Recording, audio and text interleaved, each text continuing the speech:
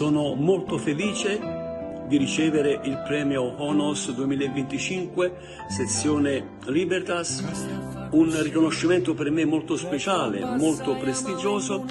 Mi dispiace solo non essere presente alla cerimonia di premiazione perché da anni sono impegnato sulla costiera amalfitana nella cura di un evento che capita sempre il 4 ottobre. A questo punto voglio ringraziare la commissione del premio Honos, voglio ringraziare la professoressa Laura Listro, l'amico Ugo Mazzei per questa gratificazione che valorizza il mio lavoro, valorizza la mia ricerca, valorizza il mio impegno. Da Napoli, grazie di cuore.